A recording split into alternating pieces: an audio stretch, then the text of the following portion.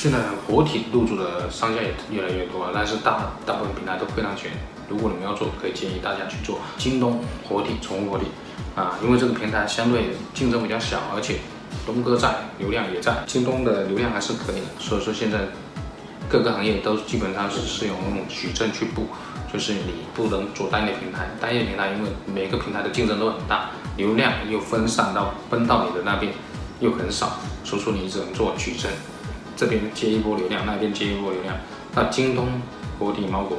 确实是一个不错的选择，有需要入驻京东活体猫狗的可以联系高老师。